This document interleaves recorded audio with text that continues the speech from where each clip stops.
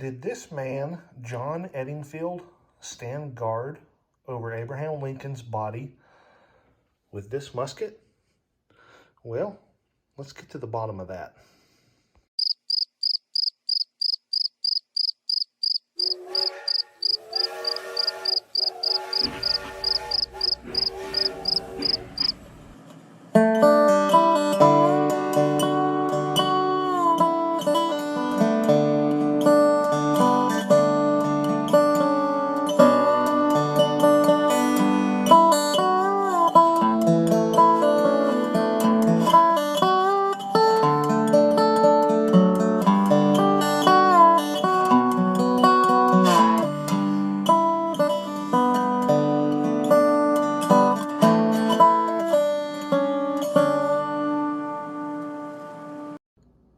Hey guys, thanks for coming back for the second part of this video to see if we can answer the question of whether or not John Edingfield stood guard over Lincoln's body in Chicago. Now, in order to do that, well, we're going to have to place him in Chicago at the same time that Lincoln's body arrives. We need to know some dates. Lincoln was shot by John Wilkes Booth on April 14th, 1865, and died the following morning. The story is interesting and a little dark, what happens after that. Because Lincoln was so loved by so many, it wasn't as easy as just burying him. His wife wanted him buried in Springfield, Illinois, and that started a long series of railroad stops in many of the larger cities across the North, in which Lincoln's body was put on a train, and when it arrived in the city, it was taken off the train, carried on a hearse to the streets of the city, and would often lay in state for the following day. And millions of people came to see Abraham Lincoln and pay their final respects. Now, it doesn't take a whole lot to imagine that this is a warmer time of the year, and they just didn't have the technology to preserve bodies that they do these days. And so from April 15th all the way till May 4th, Lincoln's body is being viewed, and it is rapidly deteriorating. And newspaper reports actually kind of begin to talk a little bit about how bad his body looks. What's interesting is by the last few days of this cross-country tour, the newspapers actually changed, and I guess the body had just gotten to such a state that nobody really wanted to mention it. And so they began to kind of all of a sudden refer to how peaceful he looked, and they kind of, I guess, just wanted to remember him how he was. And so the attention on the condition of his body kind of went away from the newspaper reporting. Well, Chicago, Illinois was one of the stops. And if we're going to put John Edingfield there, I guess we need to learn a little bit about what he did in the military. So his military career began at Camp Dennison in Ohio on August 4th of 1863. Now, one thing I can tell you with assurance is that this musket was never fired in battle. That's because the 24th Artillery of Ohio, well, they were never called up for that type of service. Instead, they were used extensively as prison camp guards. And that is pretty much the story of his service. From Camp Dennison in Ohio, by November 10th of 1863, they are in Sandusky, Ohio. Now, that name may ring a bell because of this Native American beaded purse that we looked at in the last video. There's a note inside from my great-grandmother that tells its story, and she said while he was in Sandusky, he got very sick and was nursed back to health by a Native American woman who gave him this handmade beaded purse. And some of you guys took that information and ran with it and said, well, what in the world was in Sandusky for a soldier? Well, Johnson Island Prison Camp. That's not just any prison camp. It didn't house just your average everyday Confederate soldier. It was a prison camp for the officers. And it sounds like, conditions at the prison camp were actually fairly good for Confederate officers, at least to begin with. When stories began coming out of the South about a prison camp known as Andersonville Prison, and how the Union soldiers there were dying by the thousands from abuse and neglect and disease and exposure, that changed some things. And the northern prison camps for Confederates got quite a bit worse. And I ran across a few stories of just some of the horrors that that occurred in some of the prison camps. And you know, he was there. And you know, I don't know to what degree he was used, and I would like to think that's my great-great-great-grandfather. And you know, you just hope that he didn't participate in those things, but it was war. And war brings out the worst in people. Maybe he was the exception. Anyway, there he is, Johnson Island Prison Camp. But he didn't stay there long, and actually, they got called away from Johnson Island and came very, very close to actually getting into the action. Because on June 9th of 1864, they were called out to go after John Hunt Morgan.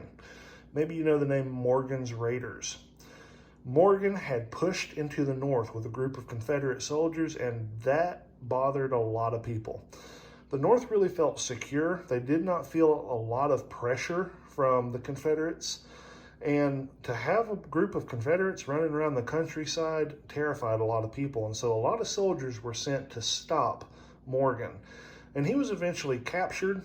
He escaped later, but he was captured. Well, the 24th OVA and John Edingfield, they didn't quite make it.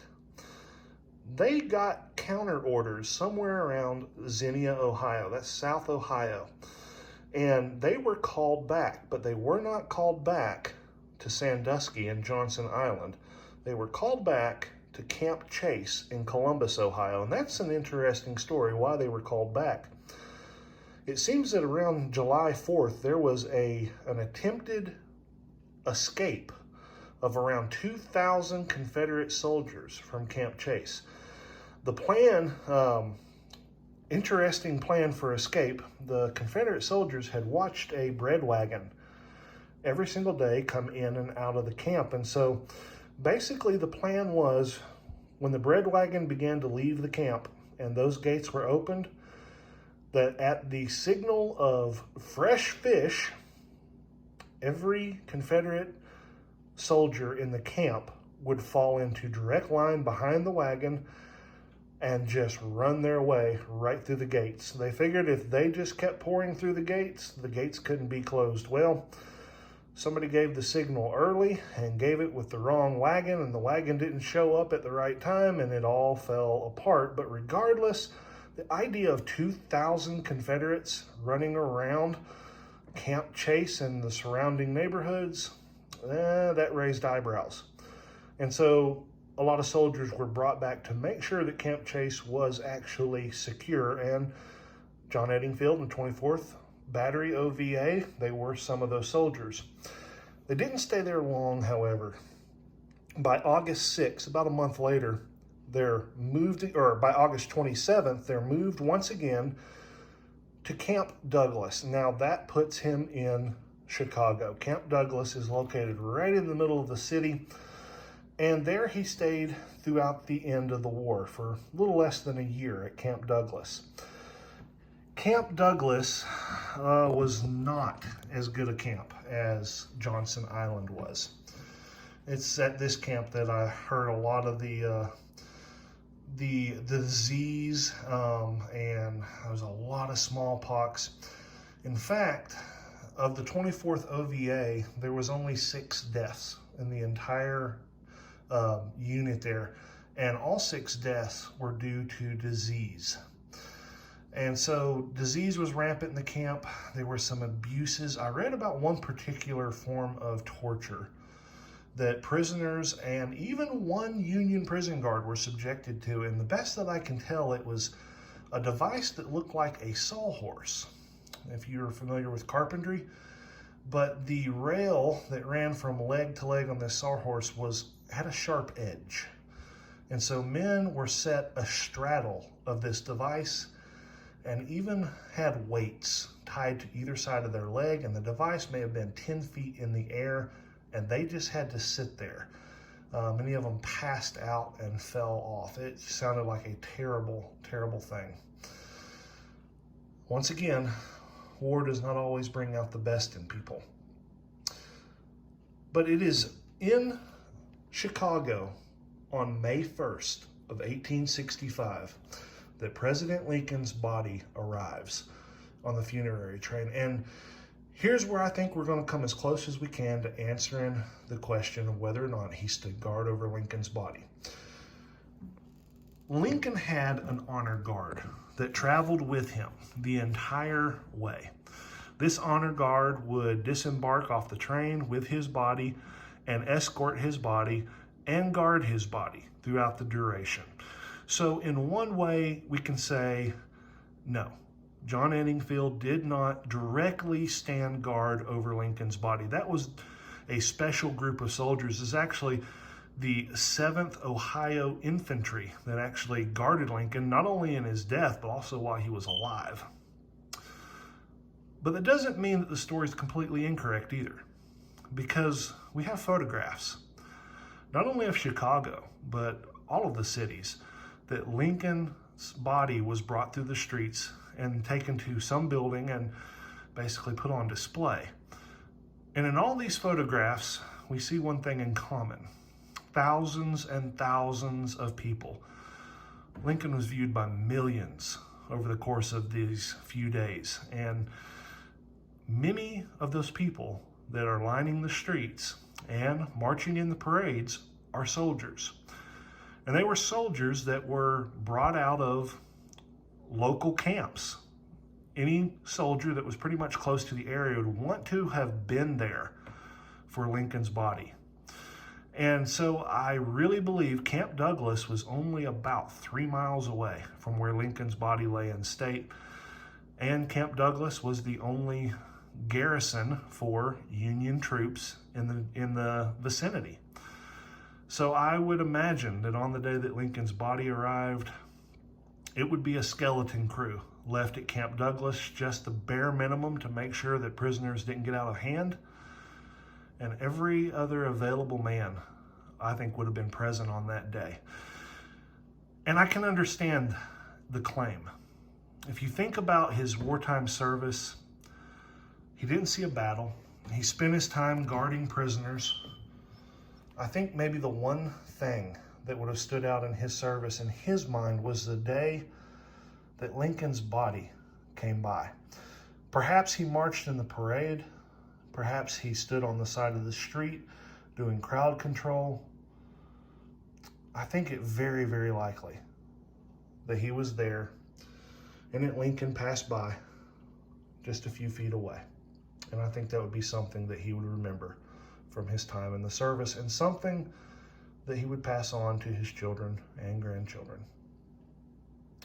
All right, guys, that is the best that I can do to answer that question. It's probably not the most satisfactory answer, but I can't take it any further than what the information that I have allows me to. And so I'm content with that. I have learned a few things. If any of you guys are nerds like me, learned a few more things from a lot of you that left comments after this first video came out. And we learned a little bit more about photographs. I know I have. This was something that I thought was really interesting. I talked about what type of photograph this is, and there's a lot of speculation. Is this the same man in this photograph, and in this photograph, and in the photograph that's buried underneath this one? So I did a little composite and put them all side by side. You tell me what you think. And keep in mind, that middle photograph, I really feel like that's probably the last of the 3 photographs. And he's got that facial hair hiding facial features, but man, does he look thin. And and older.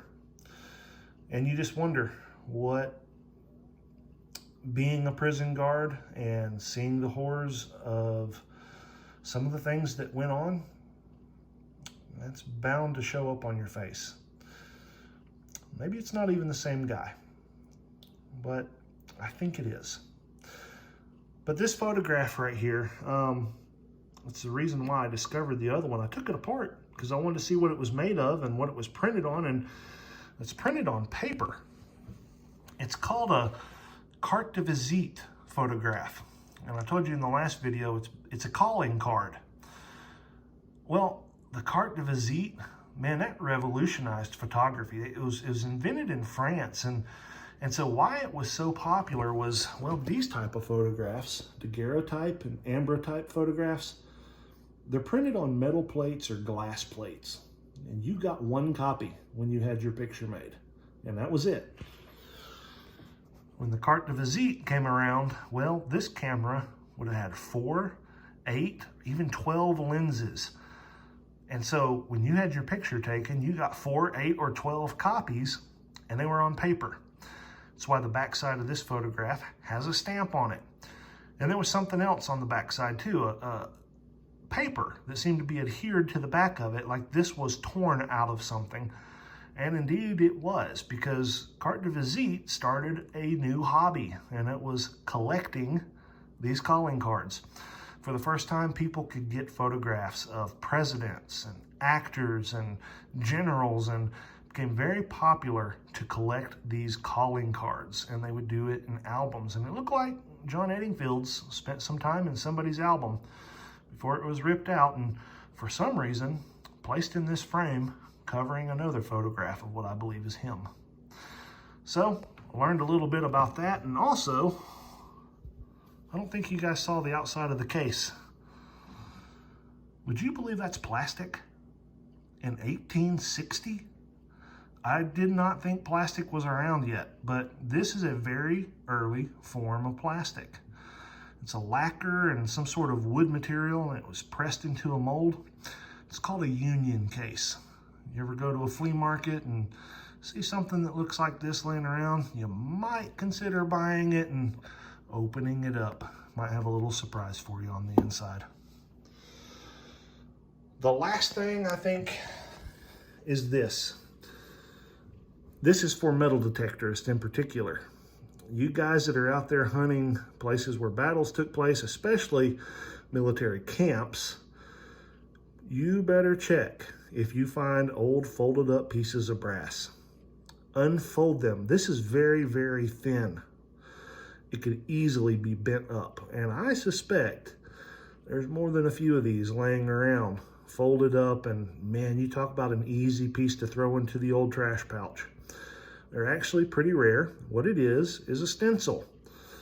You see the name is in a depressed area, and so ink would have been poured through here or rolled onto here. This would have been laid on a box or trunk, and when you did that, lift the stencil, you had your name on your trunk. It's a little item that I really like, and I often think about metal detectors and hope that you haven't thrown one of these away. All right, guys, that is it. Something I wanted to show you for a long time. Thank you for coming along. I look forward to your comments. Hey, tell me if you think I'm right, if I'm wrong. If you got information that I don't, let me have it. I enjoy learning right along with you.